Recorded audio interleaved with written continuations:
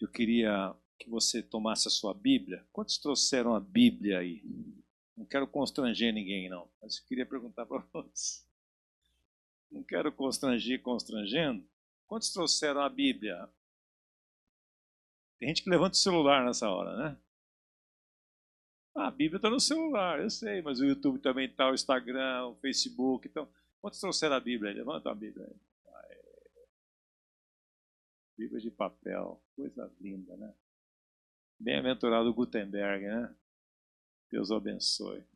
Você sabe que a Bíblia é o livro mais vendido do mundo. Você sabe que a Bíblia, Bíblia significa biblioteca. É um resumo dessa palavra. E a Bíblia levou, esse dado é importante. Vou transcrever ele uma hora, que eu memorizei ele, tão importante que ele é, para quando alguém fala assim, mas a Bíblia aceita tudo, o papel aceita tudo. A Bíblia, o jornal, o livro. Você quebra esse argumento dando o seguinte dado. Eu vou escrever isso para você gravar. A Bíblia é um compilado de 66 livros que levou 1.500 anos para ser escrito por mais de 40 autores diferentes, sem nenhuma contradição. Você acha que é possível uma mente humana fazer isso? Uma inteligência artificial fazer isso? Somente o Espírito Santo para fazer isso. Ela levou 1.500 anos, escrito por pessoas em épocas diferentes, culturas diferentes, momento político diferente, tudo diferente. E não há nenhuma contradição. De Gênesis e Apocalipse, existe uma concordância total nas Escrituras. Um versículo esclarecendo o outro e o outro esclarecendo um. Então a Bíblia não precisa ser atualizada, como alguns tolos falam.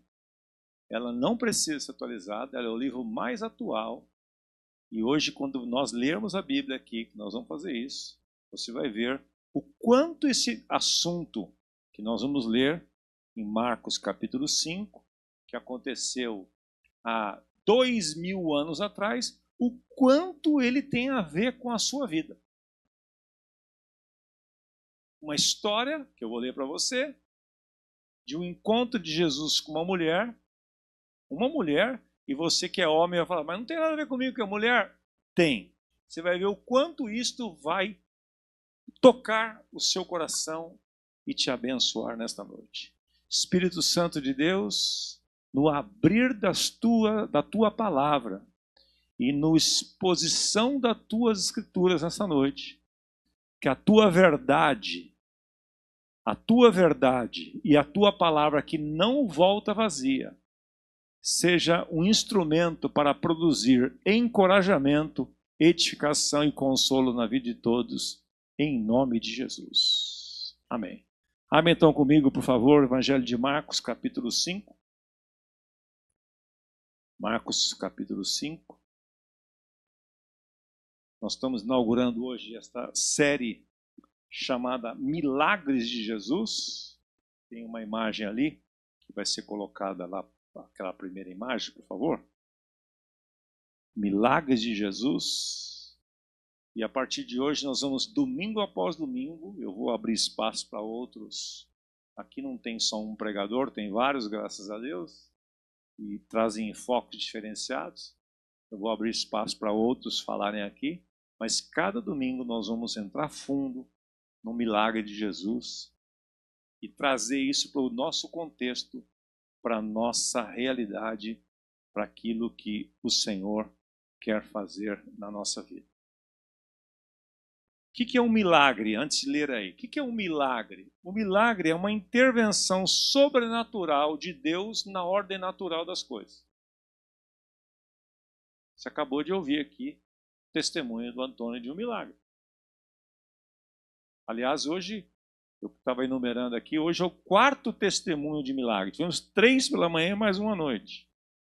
O que é um milagre? É uma intervenção sobrenatural de Deus em algo que é natural, em algo que naturalmente não aconteceria. Então, o milagre é isso. Você coloca diante de Deus uma situação que foge ao teu controle, foge à sua capacidade para resolver, e Deus intervém naquilo de forma sobrenatural e muda tudo, potencializa tudo e opera algo que a mente humana não é capaz de fazer. Alguém já disse que o milagre é uma assinatura visível do Deus invisível. Vamos repetir essa frase que é curtinha? Milagre é uma assinatura visível de um Deus invisível. Você não vê, mas o milagre aconteceu e as coisas andaram aí. Milagre é quando o céu invade a terra para revelar que Deus está presente, operando e se importando.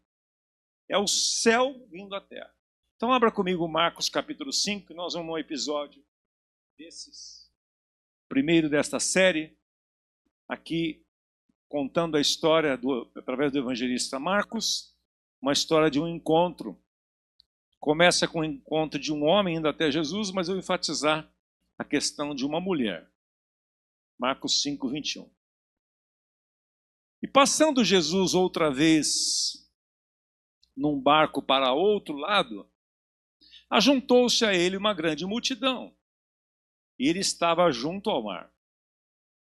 E eis que chegou um dos principais da sinagoga, por nome Jairo, e vendo, prostrou-se aos seus pés, e implorava, rogava muito, dizendo-lhe: minha filha está morrendo, Senhor. Eu rogo-te que venhas e lhe imponha as mãos para que ela sare, para que seja curada e ela viva. Jesus falou assim: eu vou com você, eu vou até sua casa. E Jesus saiu seguindo aquele homem. Verso 24, e foi com ele, seguia, porém, uma grande multidão que o apertava por todos os lados. E uma certa mulher, é aqui que eu vou me deter hoje, que havia 12 anos sofria de um fluxo de sangue, de uma hemorragia, 12 anos. E que havia padecido com muitos médicos e gastado tudo quanto tinha, nada lhe aproveitando, mas indo de mal a pior. Ouvindo falar de Jesus, ouvindo ela falar da fama de Jesus, veio por detrás dele, entre a multidão, e tocou em suas vestes. Porque ela dizia para si mesma o seguinte: se tão somente eu tocar nas suas vestes, eu serei curada. E logo se secou a fonte de seu sangue, e sentiu no seu corpo estar já curada daquele mal.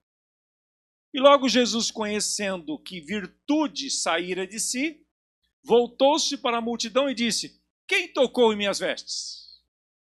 E disseram os seus discípulos: vês que a multidão te aperta e dizes a nós: quem me tocou?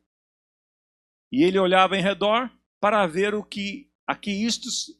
ele olhava em redor para ver a que isto fizera. Então a mulher, que sabia o que lhe tinha acontecido, temendo e tremendo, aproximou-se, prostrou-se diante dele e disse-lhe toda a verdade. Então Jesus, voltando-se para ela, disse: filha, a tua fé te salvou. Vá em paz e seja curada deste mal. Queria que a Anice contasse para vocês o que ela falou aqui. Depois a Priscila também. Vem aqui, do ladinho. O que a senhora acabou de falar e a senhora também. Bom, boa noite. Nós já vimos essa cena várias vezes, né? E cada vez que você vê algo novo, o Senhor traz para nós. Lógico, da fé inabalável dela, né? A maneira como ela se jogou ali para receber a bênção. A fé dela era tão grande que ela não viu obstáculo. Mas hoje, olhando, eu vi como que há obstáculo, pessoas, né? Se vocês assistiram The Chosen, ela lavava roupa, né, para ganhar o dinheiro, e numa das pessoas que estavam ali na cena, ele viu no momento ali a hemorragia, né, desceu, e ele viu que ela ia impura, ele mandou ela embora, ele não pagou o valor que ela precisava, porque se ela lavava roupa, ela precisava daquele valor, e ele mandou embora, você é impura, você é impura. Fora isso, 2 discípulos de Jesus também já tinham encontrado com ela, falado de Jesus para ela, né? Ali no momento eles foram críticos. No olhar dele para ela, eles já tipo, você não pode, você não era para estar aqui. Né? Eles foram um impedimento. Além desse, também os próprios discípulos de Jesus ali estavam impedindo, não deixando ela chegar. Então, o que falou no meu coração, né, que essa fé dela, a gente sabe que hoje à noite tem que haver essa fé entre nós, mas que nós não podemos ver os obstáculos, sabe? Se você veio buscar o seu milagre, que a sua fé seja, que venha aumentar mais e mais, porque às vezes pessoas, mesmo ao nosso lado, estão nos impedindo de chegarmos ao milagre.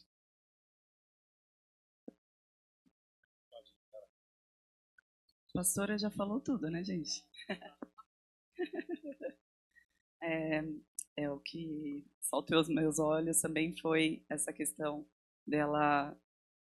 Tinha uma multidão, era uma multidão, e ela se sentia impura, suja, e ela não esmoreceu. Ela falou: se eu simplesmente tocar no manto dele, eu serei salva. Então ela se jogou, né? Vieram alguns para tentar impedi-la, e mesmo assim ela não desistiu. E é assim que nós temos que ser, né? Não desistir. Ela simplesmente se jogou naquela multidão e tocou no manto dela, e imediatamente ela foi curada. E outra parte que é quando Jesus fala, né, que alguém me tocou, né, saiu poder de mim. Ela teve medo ali, mas ela viu, ela estava falando com o Criador, ela estava falando com o Pai. Eu fui curada, e ela confirmou, né, que foi ela. Então, assim, foi tremendo a fé inabalável dela, através de terceiros que ela tinha ouvido falar de Jesus, e ela se perseverou e foi atrás da cura dela, do milagre dela, porque ela creu fielmente naquele Deus, no nosso Pai. Foi tremendo. Obrigado. O que eu notei dessa vez foi o seguinte: o que há nas palavras de Jesus? Ele fala coisas tão óbvias, tão simples, mas quando ele fala, aquilo penetra no coração das pessoas de uma tal forma que as pessoas são transformadas. Ele ajoelha diante dela, chama ela de filha. E eu vou tocar nesse assunto aí. Então Jesus, ele tinha poucas palavras, mas quando ele abria a boca, saía a virtude dele de uma tal forma que as pessoas não conseguiam mais permanecer como estavam. Então, por vários momentos, se você for olhar a cena que ele chama Mateus, que era o cobrador de impostos, que está na coletoria ali, atrás de uma grade, como se fosse um guichê para cobrar as pessoas e receber dinheiro. Ele para, ele olha, o olhar de Jesus é um negócio impressionante. Ele olhou no fundo dos olhos de Mateus e só disse assim: Mateus, segue-me. O cara saiu daquele lugar. Ele não foi avisar ninguém, pedir permissão para o pai, porque ele era um jovem. Ele não foi fazer nada. Ele simplesmente foi. Abandonou tudo. Não fez perguntas. Então eu queria, nesta noite, trazer para você, se é que eu consigo, esta figura deste Cristo que nós cremos. Porque muitos de nós podemos estar tentando nos relacionar com um Cristo morto e não com o Cristo vivo. Há muitas pessoas que têm nas suas casas, nos seus estabelecimentos, um crucifixo com Cristo morto. Olha que coisa. E eu pergunto para você, ele está morto? Não, mas veja o que faz a religião.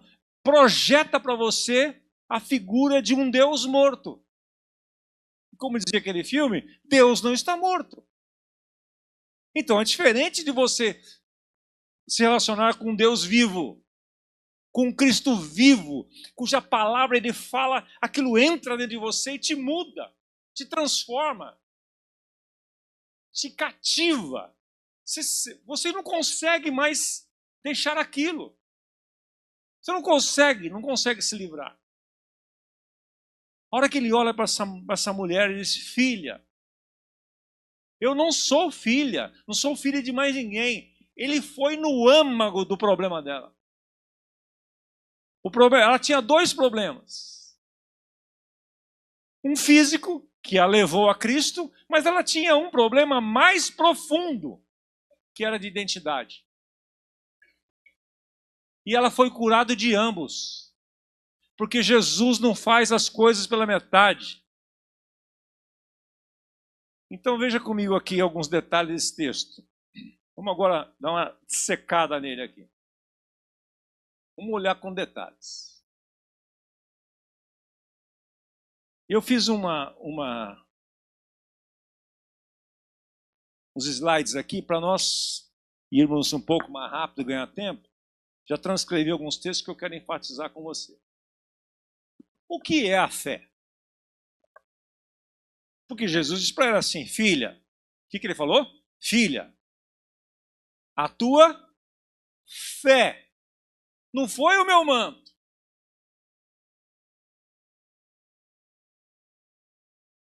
Não é o tocar, não é a água benzida em cima da televisão ou do rádio. Não é a água.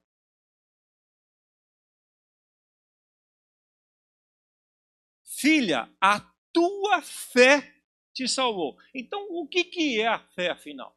Eu estou partindo do pressuposto que eu estou falando aqui para crianças no Comuna Kids, tá bom?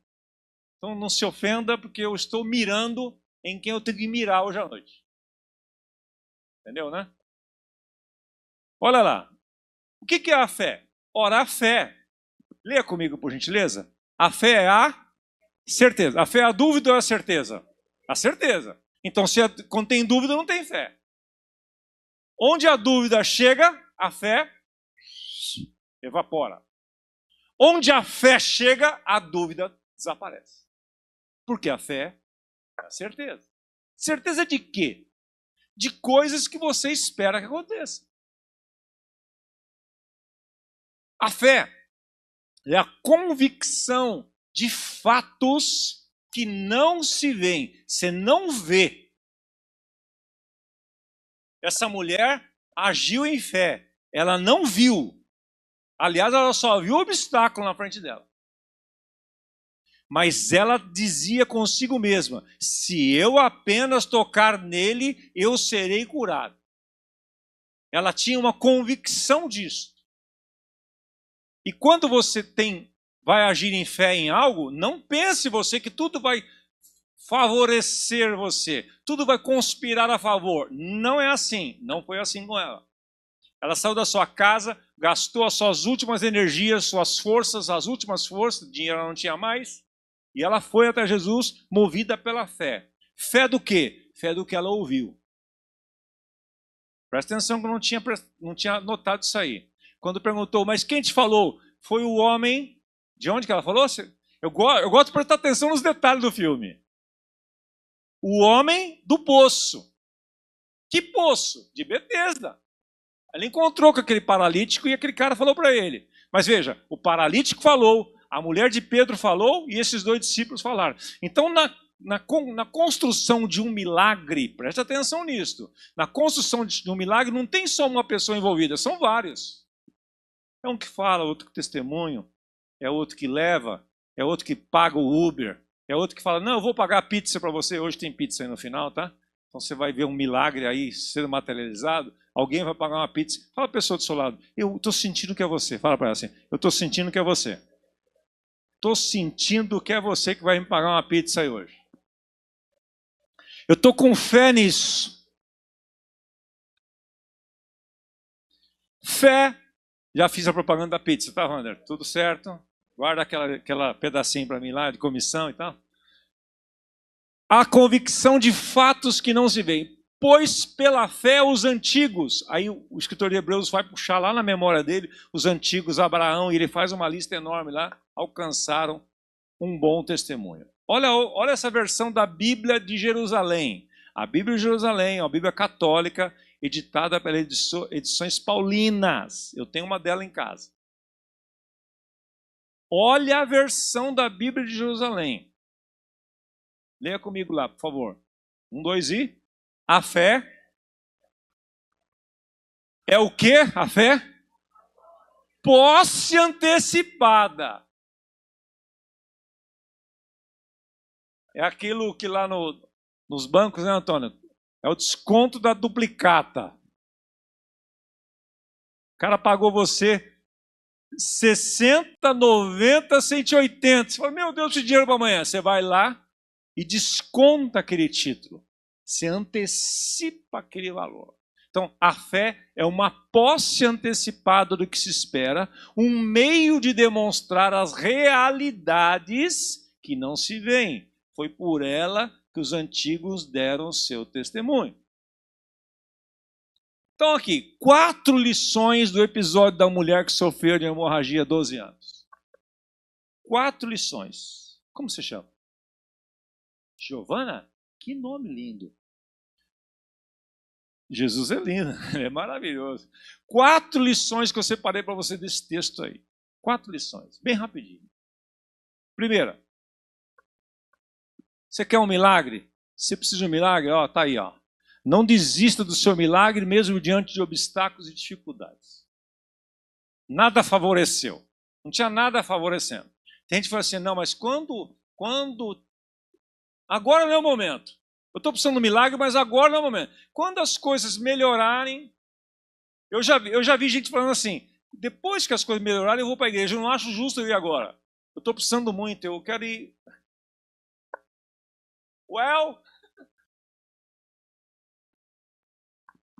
É sofisma que entra na cabeça das pessoas. São enganos. Então... Eu queria deixar isso no seu coração bem gravado. Para que um milagre aconteça, você tem que muitas vezes superar muitos obstáculos. Naturais, é chuva, é tempo, é cansaço, é gente, é a visita que nunca vai na sua casa, vai no horário que você tenha o compromisso com Deus. E eu tenho uma receita para isso.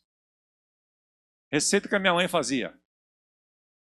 A pessoa chegava em casa, na hora que ela está se aprontando para ir para o culto, as pessoas mais polidas, educadas, dizem, eu não vou hoje, fica chato. Ela pensava assim, fica chato eu não levar essa pessoa para a igreja hoje. Então ela falava assim, você chegou na hora certa, eu vou te levar num lugar que você vai amar. Onde é? Vem comigo, depois você vai saber. Bora. Pronto, resolvi. Não desista do seu milagre mesmo diante dos maiores obstáculos. Quando tem obstáculo é que fica mais gostoso. Aí que fica mais emocionante. Segundo, o poder do testemunho. Ingredientes que estão por trás desse milagre aí. O verso 27 diz que, tendo ouvido a fama de Jesus vindo por trás dele, por entre a multidão, tocou-lhe a veste. Como eu já disse, ela ouviu das pessoas. Por isso que é importante eu e você contarmos para as pessoas o que Jesus tem feito na nossa vida. Porque o testemunho, ele glorifica a Deus e encoraja as pessoas. Então nós precisamos falar. Nós precisamos falar. O cristão, ou, dizia o Spurgeon, ou ele é um missionário ou é um impostor.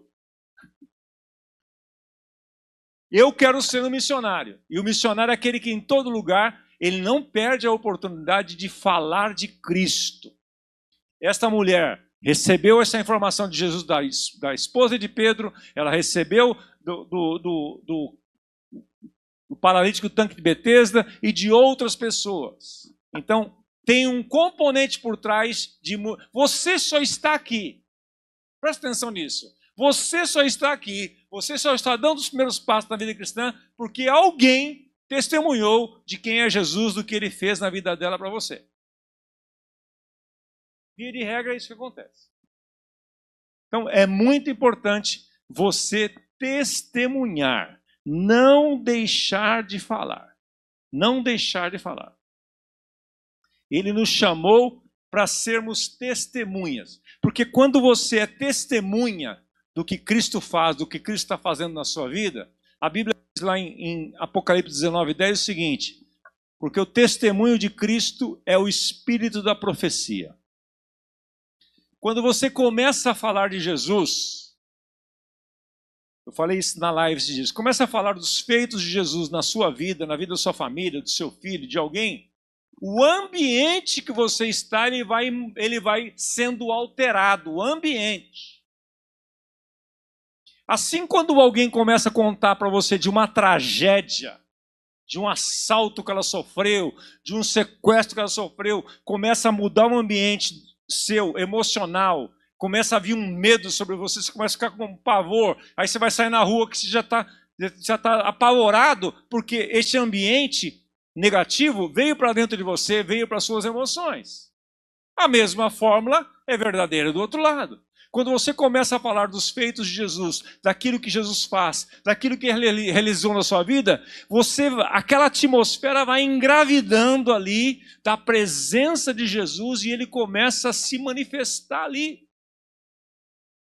Você já deve ter ouvido, ou até passou por isso, de quando começa a falar, as pessoas falam assim, nossa, eu estou até arrepiado aqui. Ó. Por quê? É essa presença.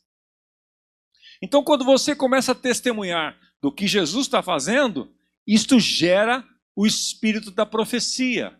Gera um ambiente... O que a profecia faz? 1 Coríntios 14:3. A profecia encoraja, ela consola e ela edifica. Conforme você vai falando, um encorajamento vai brotando. Uma esperança vai brotando ali. Então, nós precisamos testemunhar de Cristo para as pessoas. Não podemos deixar de falar. Terceiro. Só tem mais um, tá? Esse mais um. A fé é ativada por meio de declarações. Como é que eu ativo a fé? Todos nós temos um nível de fé. E os que têm um nível maior de fé é porque eles souberam, eles aprenderam alguns segredos para ativar a fé deles. E uma das maneiras de você ativar a fé no seu coração, na sua própria vida, é através de declarações de fé. Declarações proféticas, declarações que você deseja que aconteça. A fé é ativada por meio de declarações. Como é que eu provo isso? Porque ela dizia para quem? Para si mesma. Tem hora que você precisa começar a dizer para si mesmo. Tipo assim, eu não aceito isto. Eu não aceito isso. Eu não aceito isso. Diz eu comi um negócio que me fez mal. Eu acordei pela manhã, vim aqui para a comunidade, comi na noite anterior, vim aqui fazer a live. E no final da live, do meio da live final, eu comecei com uma coceira no corpo insuportável. Mas quase que eu tive que parar. Uma coceira na mão. A hora que acabou a live, o Paulo estava comigo, que ele lembra disso, minha mão estava toda inchada, não dava para ver os ossos assim. Do nada. Minhas costas, mas uma coceira absurda. Me incomodou de uma tal forma. Fui para o banheiro aqui. Falei, Senhor, eu não aceito isso. Eu não aceito essa enfermidade. Não sei da origem dela. Eu não aceito, eu declaro e tal. Então, você precisa usar essas armas. Nós muitas vezes vamos recuando. Nossa, será que é isso? Será que eu vou morrer? Será que é um câncer de pele? Só vem a pior besteira na sua mente. A fé é ativada por meio de declarações. Você pode repetir isso, por favor? A fé é ativada por meio de declarações. Se a mulher saiu da casa dela e falou assim, eu vou lá. Porque se eu apenas tocar na veste dele, não preciso nem tocar nele, eu serei curada. O que aconteceu? Ela tocou na veste dele e foi curada. Foi ela que provocou aquilo. Pergunta a você, outras pessoas tocaram em Jesus naquele dia ou não? Um monte. O que aconteceu com elas? Nada. Por quê? Porque ela tocou com fé. E essa fé foi ativada por meio de declarações. Muitas vezes nós gastamos tempo fazendo declarações daquilo que nós não queremos que aconteça na nossa vida, daquilo que nós não queremos que aconteça na nossa família, aquilo que você não quer que aconteça na sua casa, na sua vida financeira, na sua vida profissional. Você gasta tempo falando o que você não quer. Isso é uma fé negativa. E tem resultado. E este ano, segundo semestre, a inflação, nossa, com esse governo, nossa, com não sei o quê, agora o tarifaço do Trump. Deixa o Trump pra lá, meu. É tudo jogada de marketing para mexer com tudo no mundo. Você tem que pegar a palavra e dizer, não, este é o ano da restituição, este é o melhor ano da minha vida, eu vou prosperar, não quero saber de tarifaço, não quero saber de Lula, não quero saber de nada. Eu vou trabalhar e eu vou sair hoje, eu vou sair nessa segunda-feira, eu vou vender. Aquelas propostas que estão lá, estão travadas, vão abrir. Aquele dinheiro que está retido vai vir para a minha conta. Aquele processo que eu estou sendo julgado injustamente, eu já liberei perdão para aquelas pessoas e agora eu vou ver a tua justiça operando na minha vida. Eu não aceito isso porque tu és o justo juiz, nenhum mal me sucederá, praga alguma chegará na minha tenda, na minha casa, eu e minha casa serviremos ao Senhor, meus filhos vão ser discípulos do Senhor, a paz dos meus filhos será abundante. Ah, mas o filho saiu, foi para a balada. Foi, lá na balada ele vai passar mal lá. Vai dar uma dor de barriga nele lá, ele vai ligar desesperado para eu buscar ele. Porque ele é discípulo. Ele é amado. Ele vai ser um pregador da palavra. Porque ele foi consagrado ao Senhor. Quando chegar na sua casa, você dá um toque no ombro dele e fala assim, como é que foi sua noite? Talvez seja a última noite sua nessa balada, viu, querido? Porque eu estou orando por você. Quero só lembrar que você é consagrado ao Senhor. Beleza? Boa noite, vai dormir em paz. E deixa ele dormir em paz. Ele vai perder o sono, que nem eu perdi tantas vezes. Mas você precisa verbalizar. Coloque isso como um desafio para você. Foque as suas declarações naquilo que você quer ver acontecer. Não naquilo que você não quer ver acontecer. Isaías 57 diz que Deus cria o fruto dos nossos lábios. Provérbios 18, 21 diz que a morte e a vida estão no poder da língua, e aquele que bem a utiliza comerá do seu fruto.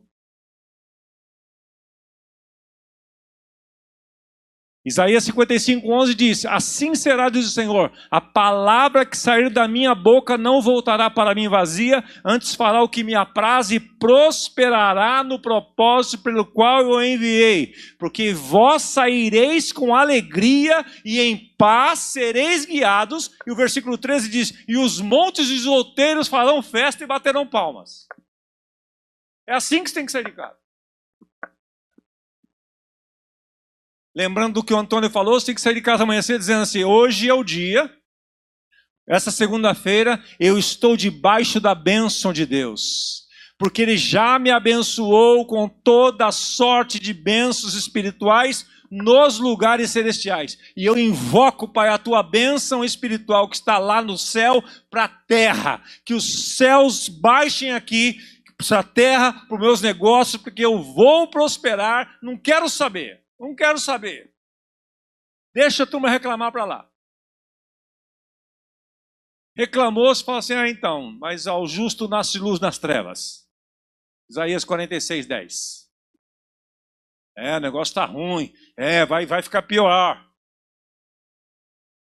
Mas a Bíblia diz, Isaías 46, 10, aos justos nasce luz no meio das mais densas trevas. Então, vamos ativar a nossa fé com declarações. E o por último, isso é maravilhoso. O Senhor faz, sempre faz, muito mais do que pedimos, pensamos ou cremos. Deus nunca faz aquilo que você pede, Ele não te obedece. Pode tirar seu cavalinho da chuva. Quem tem que obedecer somos nós, Ele é Senhor e nós somos servos. Mas eu pedi, Deus não fez como eu queria. Não fez mesmo, Ele sempre faz a mais.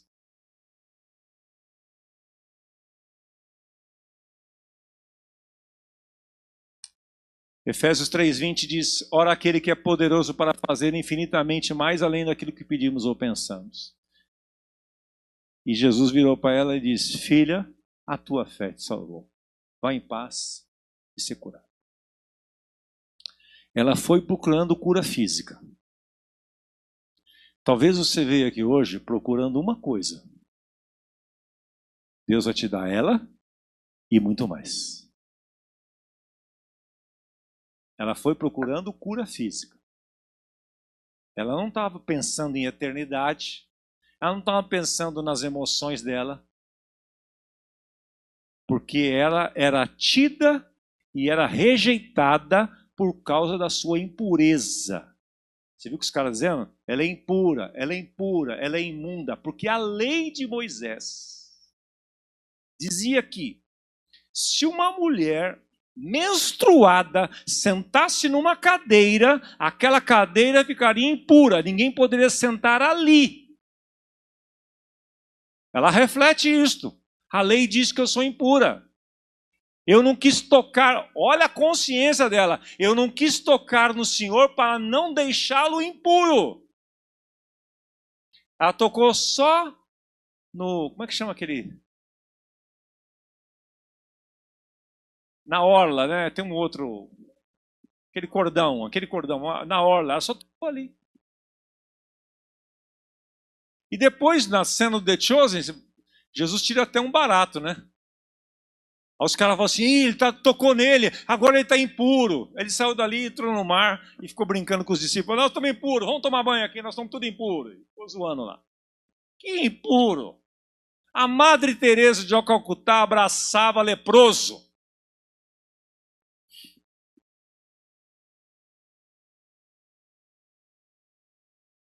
Às vezes as pessoas falam assim, vou abraçar ela aqui. Ai, não me abraça não, pastor, eu estou resfriado. Eu falei, eu vou passar saúde para você, vem aqui.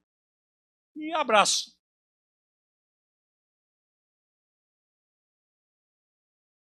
Então, gente, nós precisamos ter a consciência. E essa mulher foi buscar uma coisa e recebeu muito mais. Porque Jesus curou a identidade dela. Jesus deu a ela a vida eterna. Ela foi procurar cura física. Ela não tinha noção da eternidade.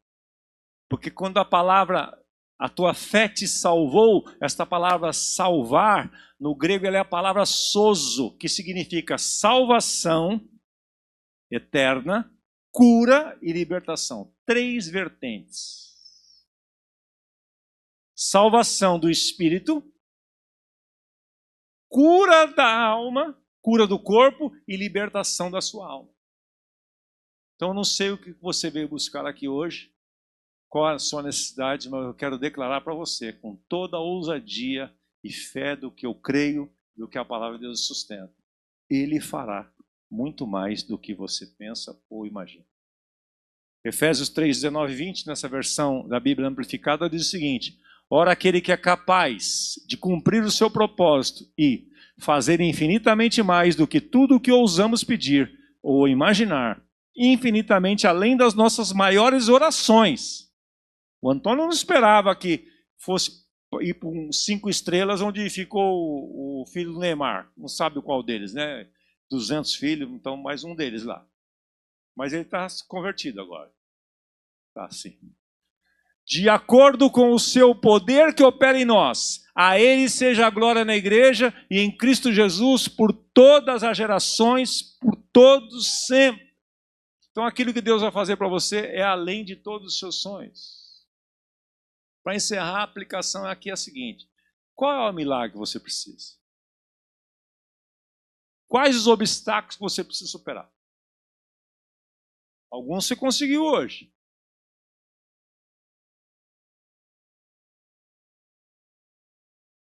Quer dia mais tranquilo na vida de uma pessoa que o domingo? Mas aparece um monte de obstáculo. Nem os crentes vêm para a igreja às vezes. Tanto obstáculo que eles arrumam na vida.